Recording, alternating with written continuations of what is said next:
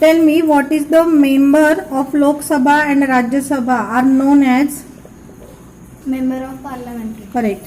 The responsibility of making law is with the? Parliament. Correct. What is the first house of parliament? Lok Sabha. What is the permanent house of parliament? Rajya Sabha. Correct. Your next question.